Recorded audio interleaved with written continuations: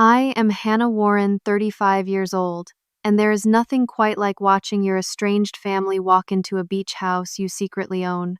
After 10 years of total silence and being excluded from the family reunion, I stood behind the security monitors, my heart pounding, when the front desk clerk innocently asked, "So how do you all know, miss?" Warren, the owner, their faces froze in confusion. For once, I was not the outsider looking in. If you are watching this, let me know where you are from. Hit that like button and subscribe to hear how I turned decade-long rejection into the most satisfying moment of my life. Growing up as the middle child in the Morgan family, I always felt like I was fighting for a place. My older sister Stephanie was the golden child excelling in academics and sports, while my younger brother Brian was the baby of the family who could do no wrong. I was just Hannah, the quiet one with a passion for drawing house plans and rearranging furniture in our modest suburban home in Virginia. My parents, Patricia and Richard Morgan, were hardworking but emotionally distant. Mom ran a small accounting firm and Dad taught high school chemistry. They provided for us materially, but affection was scarce. Stephanie soaked up what little attention was available while Brian received the remainder. I learned early on to be self-sufficient. The only person who truly saw me was my grandmother Eleanor.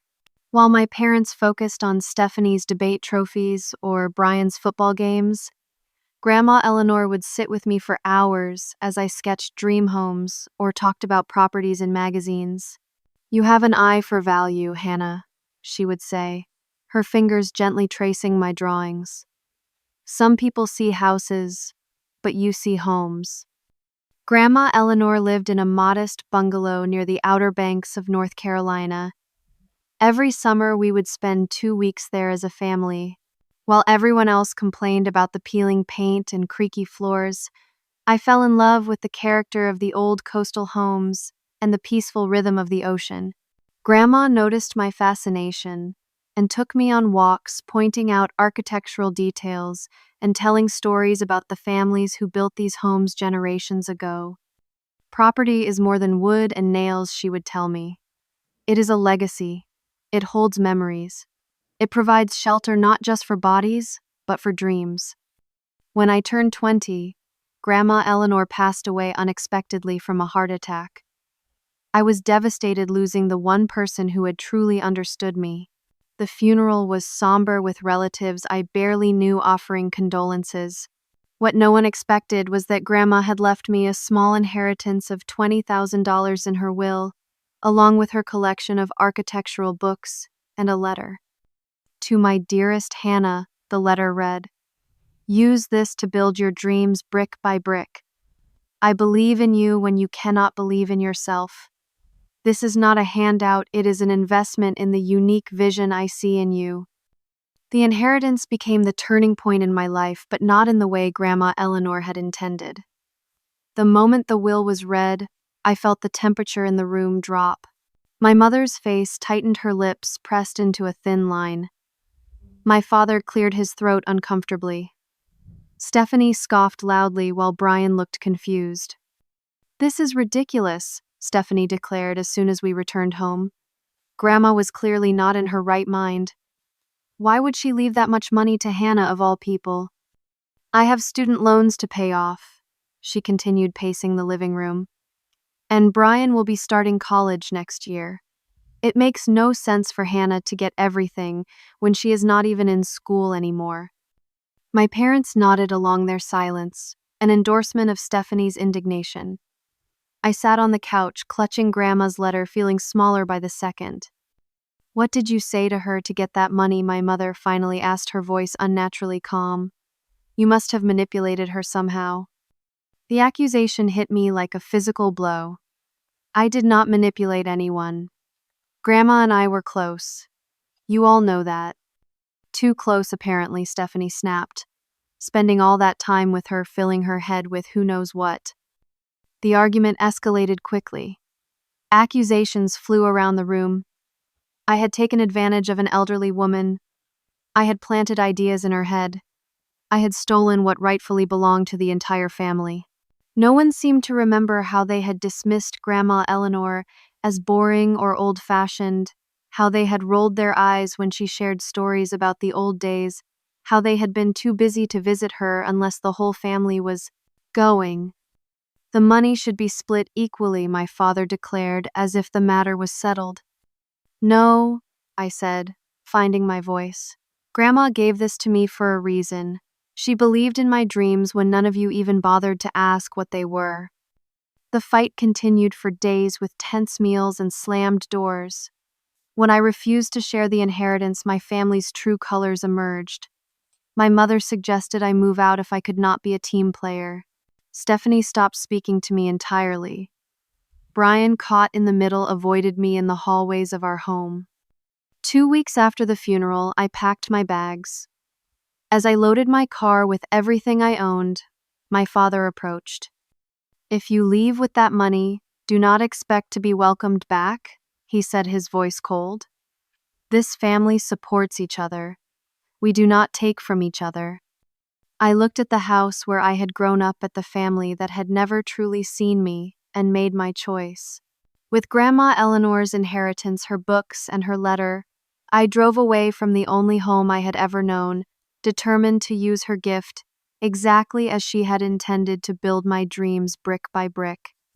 The first apartment I rented in Raleigh, North Carolina, was barely bigger than a shoebox.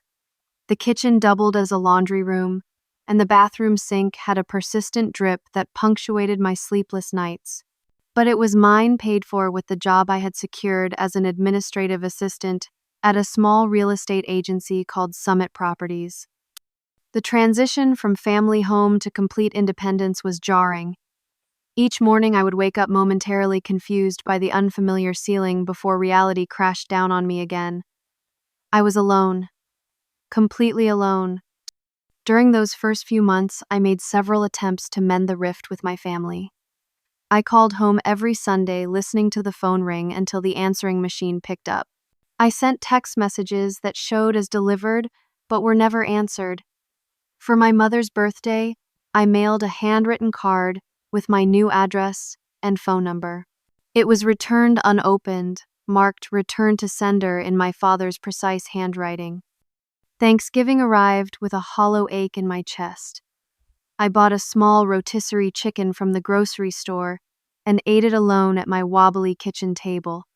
Christmas was worse.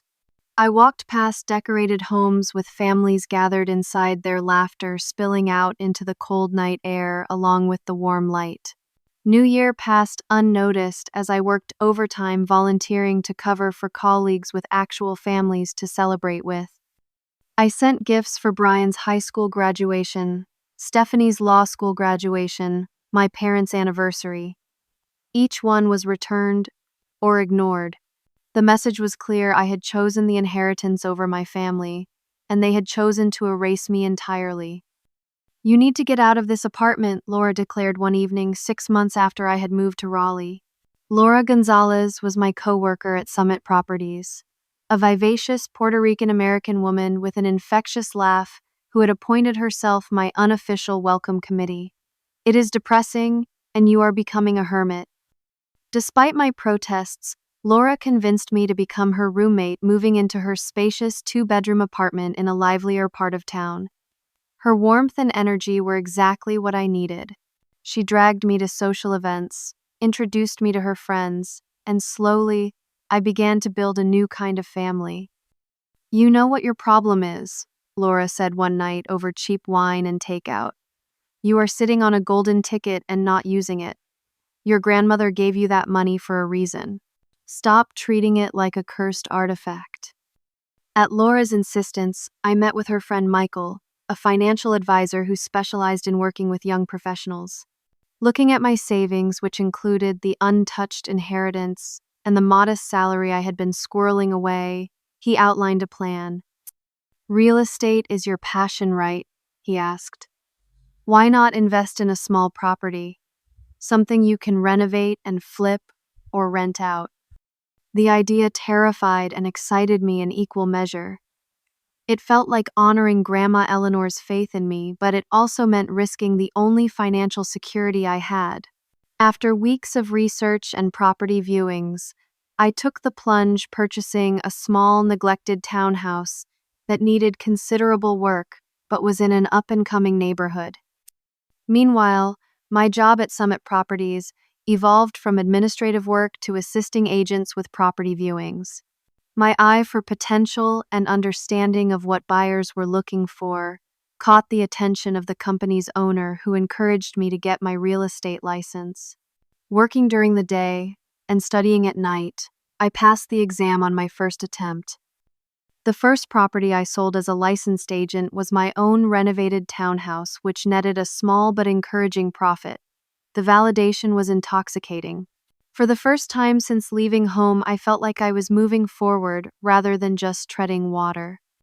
But even as my professional life gained momentum, the silence from my family remained absolute. Each milestone I achieved felt incomplete without anyone to share it with. Each success was tinged with the question, would they be proud of me now? Would this be enough to earn back their love? On my 25th birthday, Laura threw me a surprise party. Surrounded by new friends and colleagues, I should have been happy. Instead, I found myself in the bathroom crying quietly as I checked my phone for messages that never came.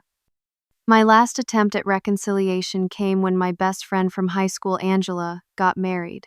Angela had remained neutral in the family conflict, maintaining her friendship with me while staying connected to my siblings.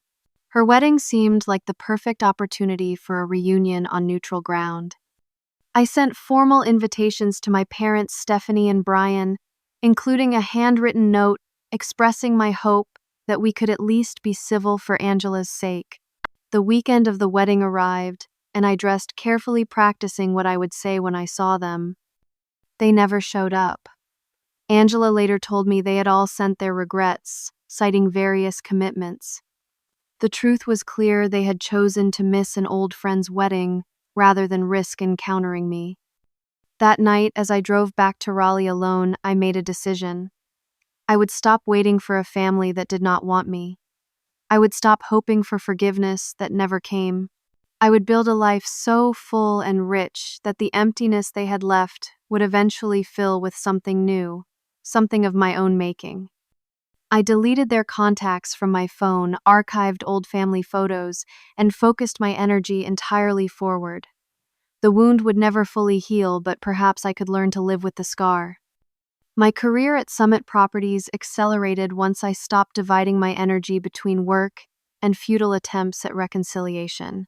With a newfound focus, I quickly became one of the top-selling agents at the firm, specializing in properties with hidden potential that other agents overlooked.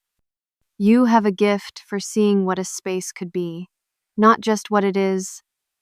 My broker commented after I successfully sold a dilapidated Victorian that had been on the market for over a year. I had staged it minimally, but strategically highlighting its original features and helping potential buyers envision its restoration. By my late 20s, I had built a reputation in the Raleigh real estate market.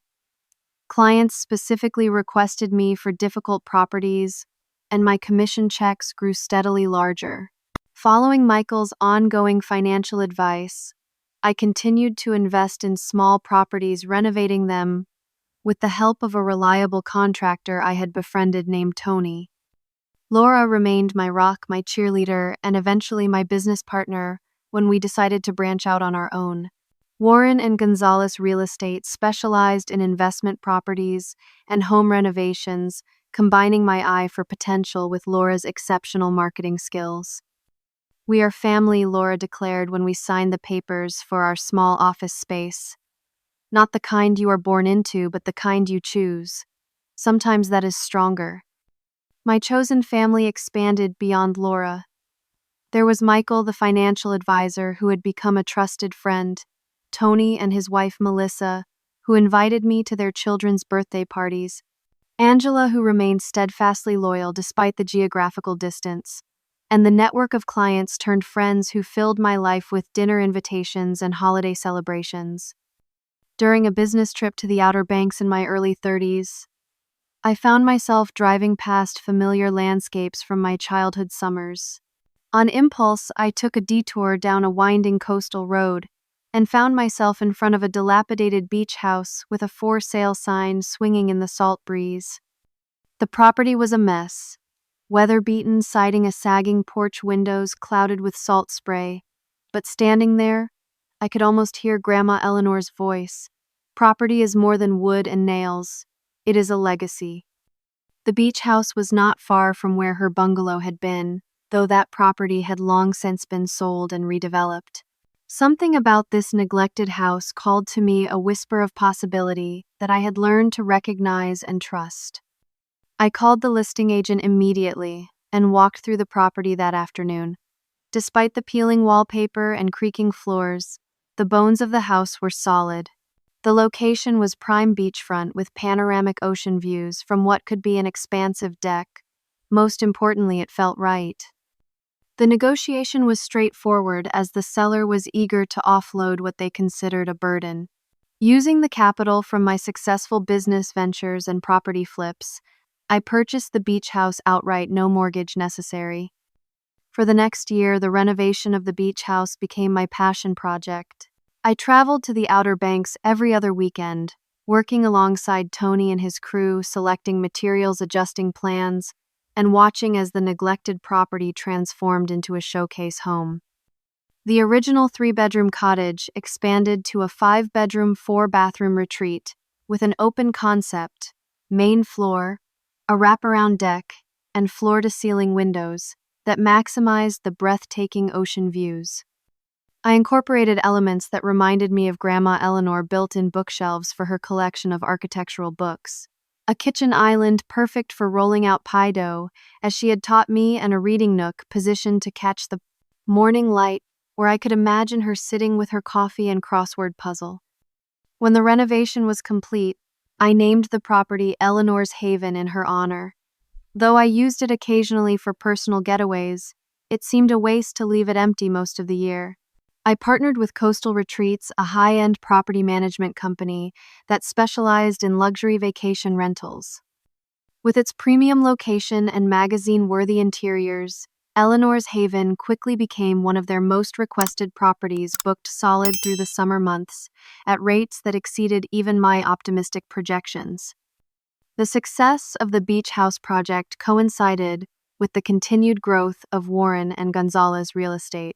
We expanded to a larger office space and hired additional agents, becoming a boutique firm known for our personalized approach and expertise in property transformation. Financial success brought a measure of healing. The therapy sessions I had begun in my late 20s helped me process the family trauma and develop healthier relationship patterns. I learned to recognize the difference between people who valued me for what I could give them and those who valued me for who I was. "You have built something remarkable," my therapist observed during one session. "Not just a business or properties, but a life of your own design." It was true. At 35, I had achieved more than I had ever imagined possible when I drove away from my childhood home with nothing but $20,000 and a broken heart. I had a thriving business, financial security, a beautiful home in Raleigh, a beach house retreat, and most importantly, people who genuinely cared about me. The absence of my biological family was a dull ache that occasionally flared into sharp pain on birthdays and holidays, but it no longer defined me. I had stopped checking social media for glimpses of their lives. I had stopped wondering if they ever thought of me. I had stopped waiting for an apology that would never come. Or so I thought, until a random Tuesday afternoon when an Instagram notification changed everything. The notification came while I was reviewing contracts in my office. "Amber Wilson tagged you in a post." Amber was a distant cousin on my mother's side, someone I had not seen since Grandma Eleanor's funeral. We had reconnected briefly on social media years ago, but rarely interacted. Curious, I clicked on the notification and found myself staring at a post announcing the Morgan Family Reunion 2023 with a group photo of extended family members at a planning committee meeting. My parents, Stephanie and Brian, were front and center in the image, smiling broadly. The caption read, "Excited to finalize plans for the biggest Morgan family gathering ever. 3 generations coming together for a week of memories at the beach. Number family reunion. Number Morgan family. Number summer plans. My coffee turned cold as I scrolled through the comments, learning that the reunion was scheduled for July, just 2 months away. The location was still being determined, but they were focusing on the Outer Banks area for its family-friendly beaches and activities. I was not tagged in the photo, only in the post itself, almost as an afterthought, or perhaps a social media algorithm suggestion. The message was clear: this was a family event to which I was not invited despite being a Morgan by birth. 15 years had passed since Grandma Eleanor's death, 10 since I had left home, and still the exclusion stung with surprising intensity. I had built a new life, found success and happiness, yet in that moment, I felt like the outsider, again, the middle child, no one really saw. "You would not believe what just popped up on my Instagram," I told Laura when she stopped by my office later that day. I showed her the post, watching her expression shift from curiosity to indignation. "After all this time, they are still pulling this petty exclusion crap," she fumed. "And they did not even have the decency to keep it off social media where you might see it. That is just cruel." I shrugged, aiming for nonchalance despite the tightness in my chest. It is not surprising. They made their position clear years ago. "Are you okay?" Laura asked, her anger softening to concern. "I will be," I said, closing the app. It just caught me off guard. That evening at home, I found myself reopening Instagram, examining the photo more carefully. My father's hair had gone completely gray. My mother had lost weight. Stephanie wore a wedding ring I had never seen. Brian looked so grown up, so different from the teenager I remembered. They were strangers who shared my blood, living lives that had continued without me. 3 days later, my phone rang with a number I did not recognize. When I answered, a familiar voice came through the speaker. "Hannah, it is Jessica. Jessica Morgan, Uncle Robert's daughter." Jessica was my cousin, a few years younger than me. We had been close as children during those summer weeks at the Outer Banks, but had lost touch after I left the family. "Jessica, hi," I said, surprised. "It has been a long time." "I know, and I am sorry about that," she said, sounding genuinely remorseful. "I saw Amber tagged you in that reunion post, and I thought someone should call you." As we caught up awkwardly, Jessica eventually broached the subject of the reunion. "It is messed up that no one invited you. I wanted you to know." I said something about it, but Aunt Patricia shut it down pretty quickly. "What did she say?" I asked, though I was not sure I wanted to know. Jessica hesitated. "She said you made your choice years ago when you took Grandma Eleanor's money and left." Uncle Richard backed her up. "Stephanie said including you would just create drama that would ruin everyone's good time." The familiar pain resurfaced, but now it was tinged with something new: anger.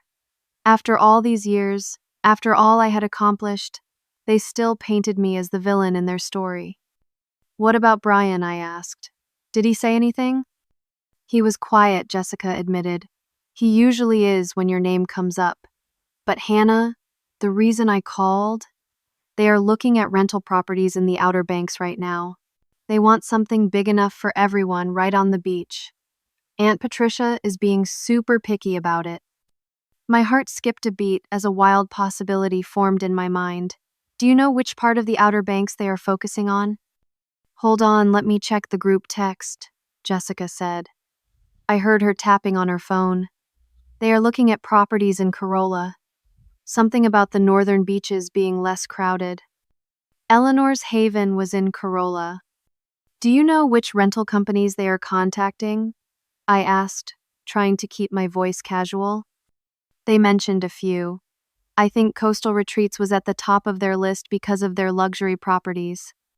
Coastal Retreats, the company that managed my beach house. After ending the call with Jessica, I sat motionless in my living room, my mind racing. Could it be possible? Were my estranged family members inadvertently trying to rent my beach house for their reunion? The house I had purchased and renovated with the inheritance that had caused our rift in the first place? The irony was almost too perfect. I immediately called Allison, my contact at Coastal Retreats, and asked her to check if the Morgan family had inquired about Eleanor's Haven. "Let me look that up for you," she said, the sound of keyboard clicking in the background. "Yes, actually. A Patricia Morgan sent an inquiry yesterday about booking Eleanor's Haven for the third week of July. She mentioned needing space for 15 adults and 8 children. They have not confirmed yet, but they seemed very interested." My pulse quickened. "Did they ask about the owner?" "No, not specifically. Most clients do not. Is there a problem with this booking?" I considered my options. I could block the rental, preventing my family from staying at Eleanor's Haven. I could reveal myself as the owner, potentially forcing a confrontation after all these years. Or I could allow the booking to proceed with my family, none the wiser about who owned the property they would be enjoying.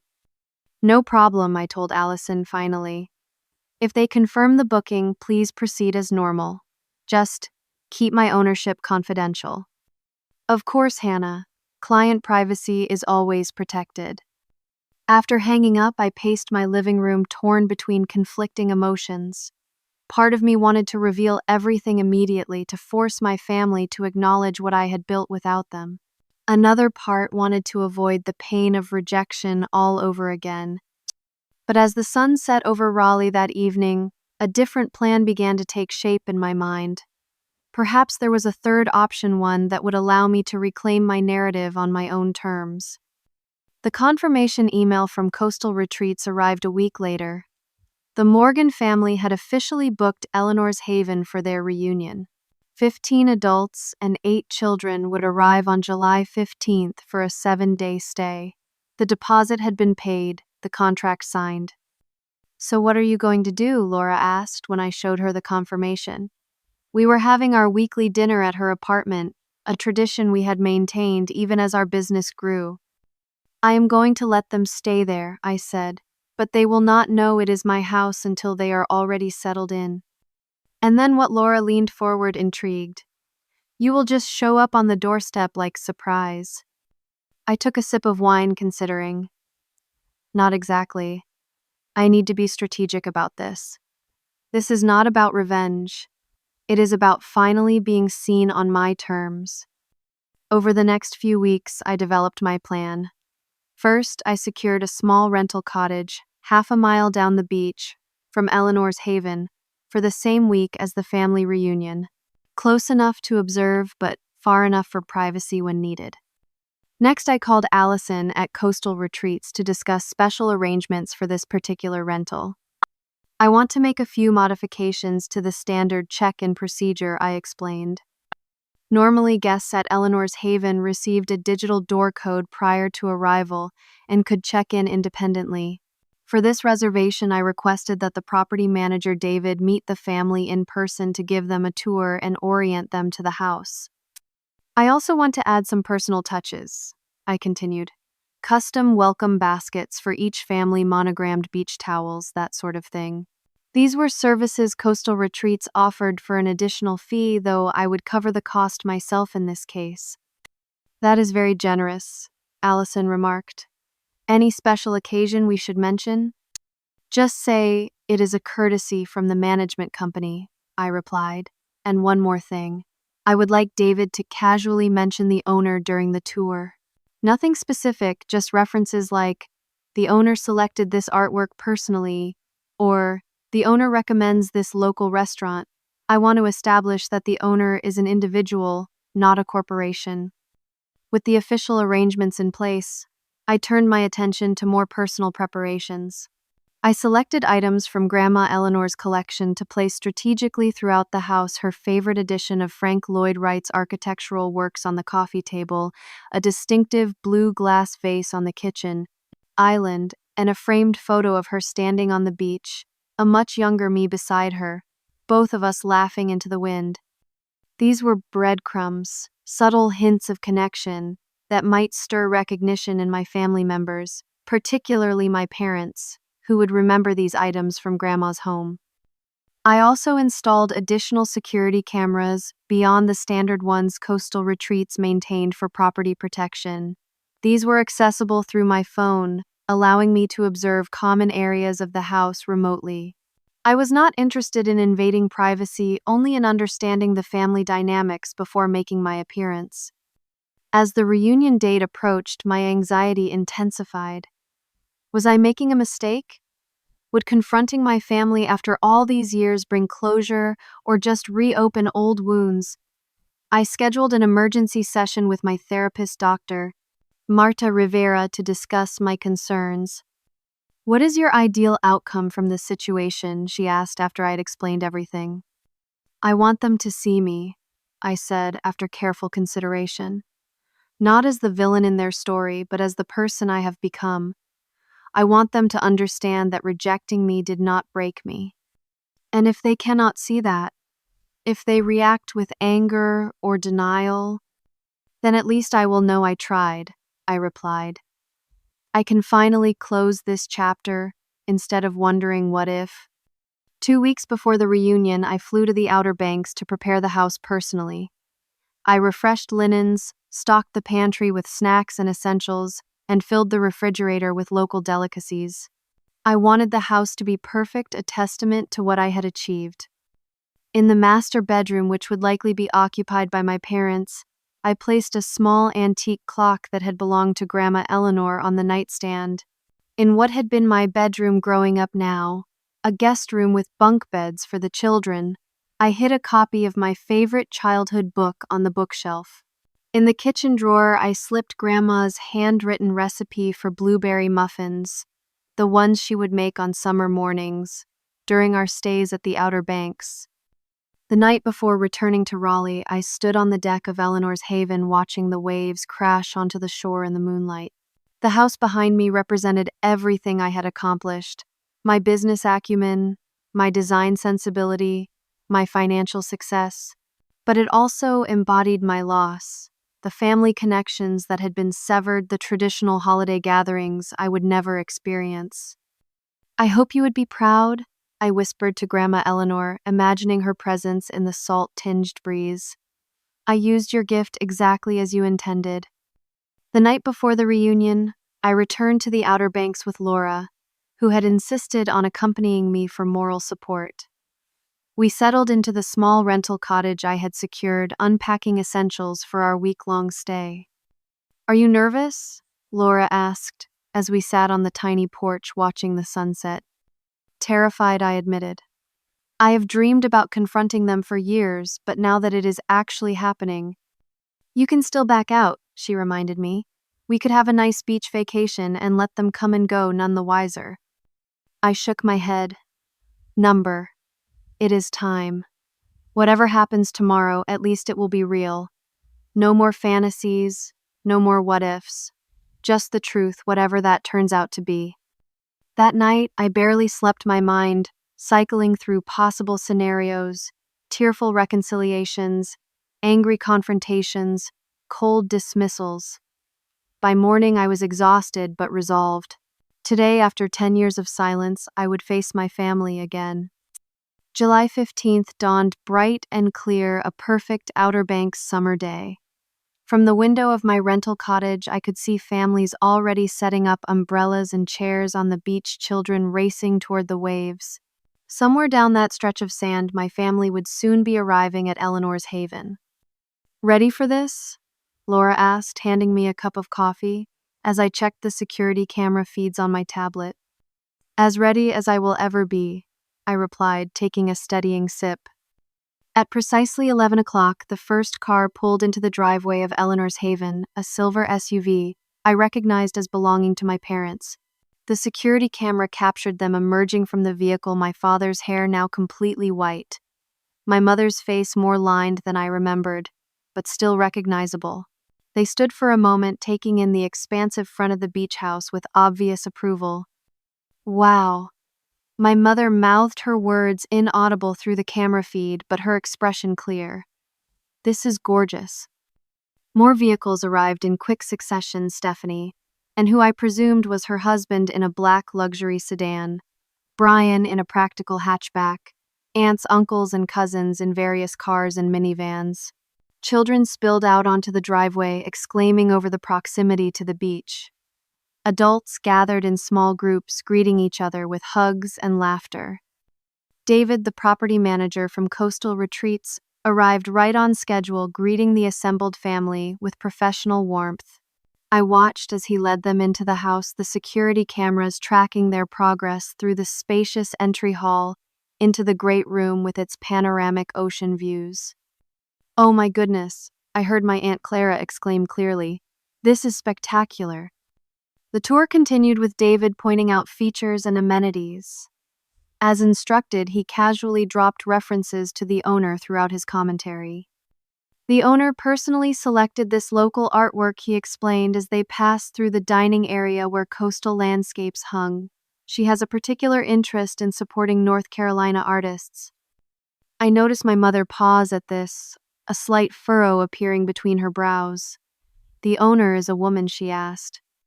"Yes," David confirmed. "She is quite particular about the property. Everything has been thoughtfully chosen." The family dispersed to claim bedrooms and explore the house further.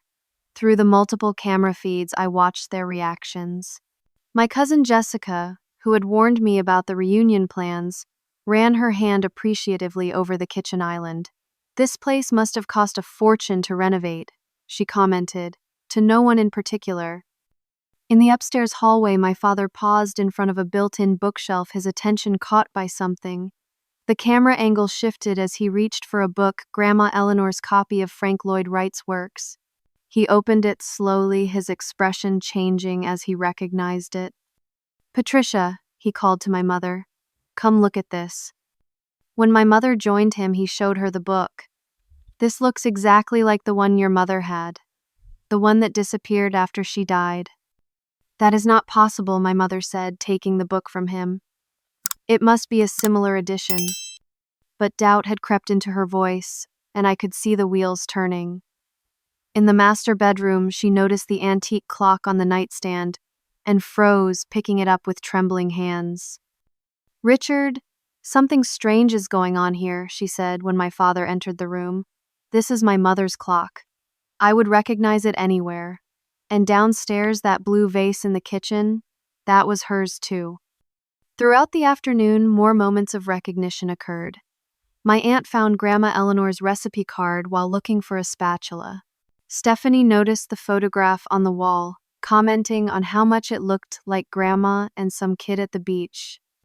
By evening, an undercurrent of unease had settled over the family gathering.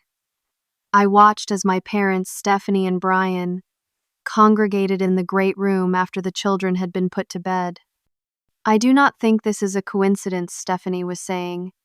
"These are clearly Mom's things. But how did they end up here?" "You do not think?" Brian began, then stopped, glancing around, as if suddenly aware of the possibility of being overheard. "Hannah," my mother finished for him, her voice barely audible through the camera's microphone. "That is ridiculous. She could never afford a place like this." "We have not heard from her in 10 years, my father pointed out. "We have no idea what she is doing now." The conversation continued, theories being proposed and dismissed.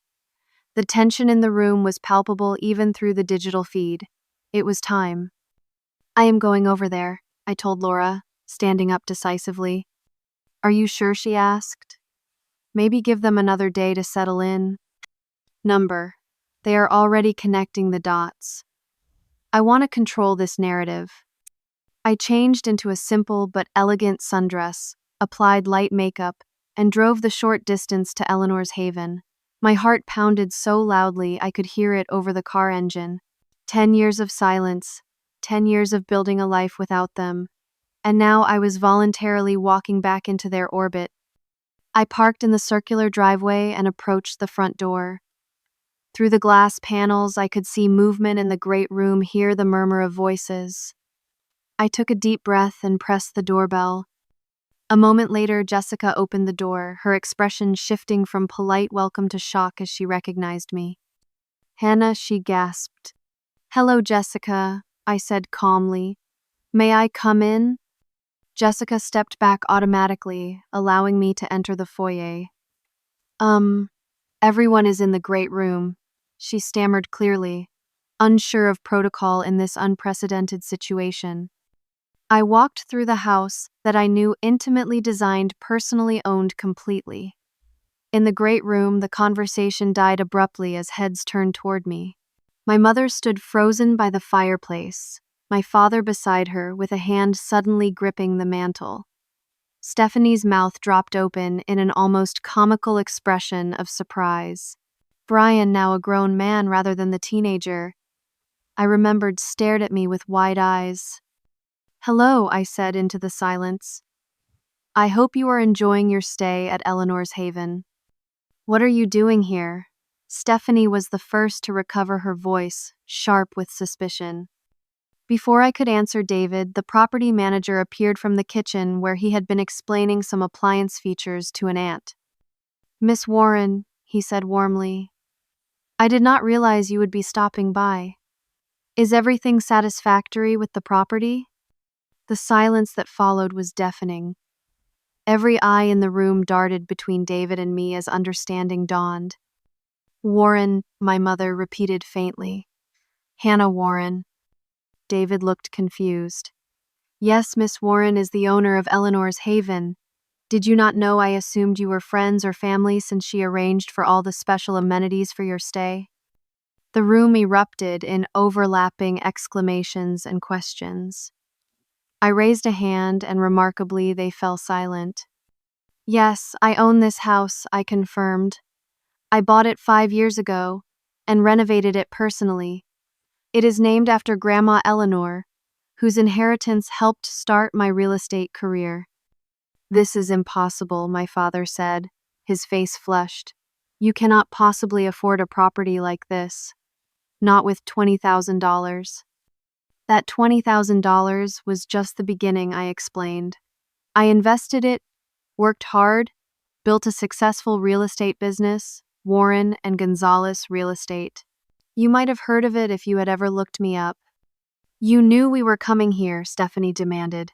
"Was this some kind of trap?" "I found out by accident," I said truthfully. "Jessica mentioned the reunion plans after seeing I was tagged in a social media post. When I learned you were looking at Coastal Retreats properties in Corolla, I checked with the management company. It seemed like fate." "So you have been spying on us," my mother accused, gesturing toward the ceiling where one of the security cameras was visible. "I've been observing from a distance," I corrected, trying to decide if and how to approach you after 10 years of silence. "You left us," my father said firmly. "You took your grandmother's money and walked away." "No," I countered, years of therapy giving me the strength to stand my ground. "You gave me an ultimatum, share the inheritance or leave. I chose to honor Grandma Eleanor's wishes for me. You chose to cut me out of your lives completely." An uncomfortable silence fell over the room. Family members who had not been directly involved in the original conflict shifted awkwardly, clearly uncertain whether to stay or give us privacy. "Perhaps this is a conversation best had with just immediate family," I suggested, looking at my parents, Stephanie and Brian. As the extended family tactfully retreated to other parts of the house, Brian finally spoke. "The house is amazing, Hannah," he said quietly. "You did all this yourself." Something in his genuine tone, free of accusation or disbelief, touched me deeply. "Yes," I replied. "Every decision, from the layout changes to the paint colors to the furniture. It took a year to complete the renovation." "And you run your own real estate company now," he continued. "Co-own it with my best friend Laura. We specialize in investment properties and renovations. We have 15 agents working for us in Raleigh." "Sounds like you did well for yourself," Brian said, a hint of admiration in his voice. Stephanie cut in sharply. "Do not encourage this ambush." "It is not an ambush," I said evenly. "I could have prevented you from renting the house at all. I could have revealed myself immediately upon booking. Instead, I gave you time to enjoy the property to see what I have built before introducing myself. Why, now? My mother asked suddenly. After all these years, why reveal yourself now? I considered the question carefully. Because I am tired of being the family ghost. I am tired of being defined by a decision I made at 20 years old. I wanted you to see me as I am now, not as the villain in the story you have been telling yourselves for the past decade. And what exactly do you want from us? My father asked, his tone guarded. Money? An apology? Neither, I replied honestly. I have my own money, as you can see, and an apology would only matter if it were genuine, which I cannot force. What I want is acknowledgement. Recognition that I exist, that I've built something valuable, that cutting me out was your choice, not mine. The tension in the room was thick enough to cut. My mother's face was a mask of conflicting emotions. My father looked simultaneously defensive and confused, as if the script he had been following for years had suddenly been rewritten. Stephanie remained openly hostile while Brian seemed to be processing everything with thoughtful consideration. I will not interrupt your reunion further, I said after a moment. You have the house for the week as planned. Everything is paid for and taken care of. I am staying in a cottage down the beach if anyone wants to talk further. I looked directly at Brian as I said this, sensing he might be the most receptive. As I turned to leave, my mother spoke again. The clock in the master bedroom. It was my mother's. Was it not? I paused. Yes. Along with several other items throughout the house, they are my mementos of her placed here, because this house is my way of honoring her belief in me. With that, I walked out of Eleanor's haven, leaving my stunned family behind. The confrontation had gone neither as well as I had hoped, nor as badly as I had feared. Seeds had been planted, though, whether they would grow into reconciliation or deeper estrangement remained to be seen. The morning after my dramatic revelation at Eleanor's haven, I sat on the deck of my rental cottage, with Laura watching the sunrise over the Atlantic. The knot of anxiety that had lived in my chest for weeks had loosened, replaced by a strange calm. How are you feeling? Laura asked, wrapping her hands around her coffee mug. Lighter, I replied after consideration. Whatever happens next, at least, the truth is out there.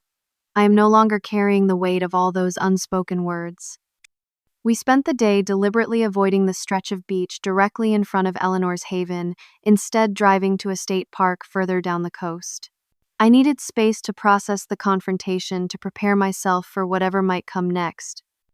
That evening, as we returned to our cottage, I spotted a familiar figure sitting on our small porch, Brian.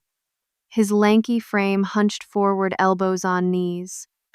I will make myself scarce, Laura murmured, squeezing my arm before slipping away to give us privacy. Hey, Brian said, as I approached, standing awkwardly. At 30 now, he had grown into a handsome man with our father's height and our mother's expressive eyes. I hope it is okay that I came by. Jessica told me which cottage was yours. It is fine, I assured him, gesturing for him to sit back down as I took the chair beside him. How is everyone doing back at the house? Brian gave a short laugh, processing. In their various ways, Mom has been cleaning obsessively. Dad keeps examining every object in the house like it might contain secret messages. Stephanie is. He hesitated. Still angry, I suggested. Yeah, he admitted. But I think it is complicated. Her husband, Mark, keeps trying to get her to calm down, but you know how she gets when she feels challenged. I did know. Stephanie had always responded to perceived threats by doubling down, becoming more entrenched in her position rather than considering alternative perspectives. And you, I asked, how are you processing? Brian was quiet for a moment, looking out toward the ocean. I keep thinking about how I was 17 when you left. Old enough to have reached out on my own, but I never did. I just went along with everyone else's version of events. You were a kid caught in the middle, I said gently. I never blamed you for that. But I blame myself, he insisted. especially after seeing what you have accomplished. The house is incredible, Hannah. Truly. And hearing about your business, your life. I missed knowing my sister. That is on me. Tears pricked at my eyes, unexpected and unwelcome. Thank you for saying that. We talked for hours as the sky darkened and stars appeared over the ocean. Brian filled me in on his life, his college years studying environmental science, his current job with a conservation nonprofit, his engagement to a woman named Tara, who is back in Virginia due to work commitments. I shared stories of building my business, renovating properties, creating a chosen family of friends and colleagues. I have photos of the beach house renovation I offered, pulling out my phone. If you want to see the before and after. Brian scooted his chair closer, and we scrolled through images of Eleanor's Haven's transformation, from dilapidated cottage to luxury retreat. His genuine interest and appreciation meant more than I could express. Mom and Dad might want to talk to you tomorrow, he said eventually. They have been arguing about it all day. Dad thinks they should just finish the vacation and deal with it later, but Mom says she will not be able to enjoy anything until they address it. And what do you think they want to say? I asked cautiously. Honestly, I am not sure they know themselves.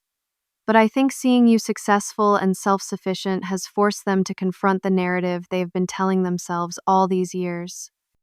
The next day, I received a text from my mother asking if I would meet her and my father for coffee at a small cafe in Corolla. Neutral territory away from both Eleanor's haven and my rental cottage. I agreed, arriving early to secure a quiet table on the outdoor patio. They arrived together, but not quite united, a subtle distance between them, suggesting ongoing disagreement. My mother had aged more than I expected, fine lines around her eyes and mouth, testifying to the passage of time. My father moved more stiffly than I remembered, his formerly straight posture now slightly stooped. Thank you for meeting us. My mother began formally after they had ordered drinks. Of course, I replied, keeping my voice steady despite my racing heart.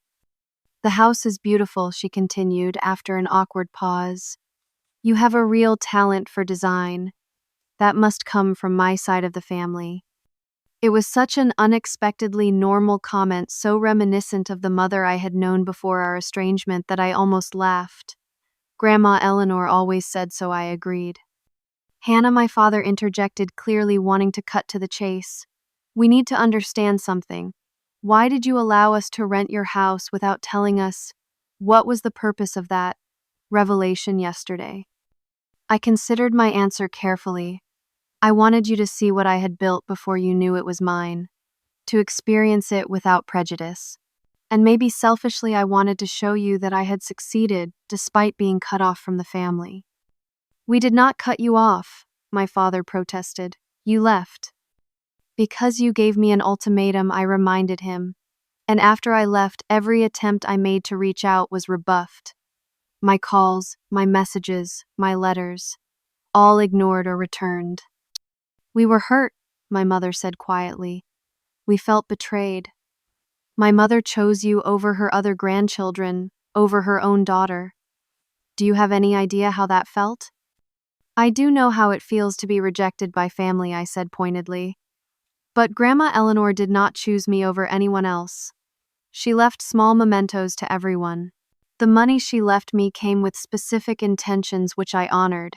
It was never about favoritism. The conversation continued, sometimes heated, sometimes tearful. Old wounds were reopened, examined from new perspectives. No dramatic apologies were offered, no instant reconciliations achieved.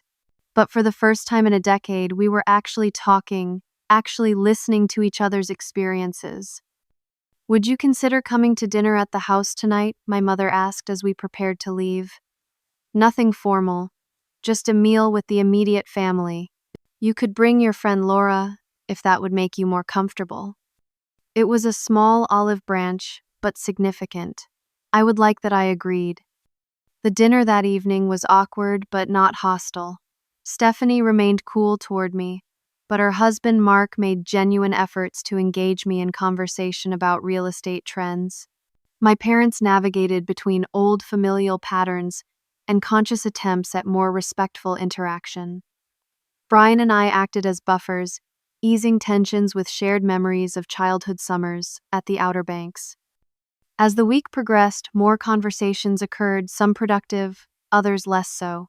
I gave my parents and siblings a personal tour of Eleanor's Haven, explaining the renovation choices and the tributes to Grandma Eleanor woven throughout the design. My mother cried when I showed her the collection of her mother's belongings I had preserved.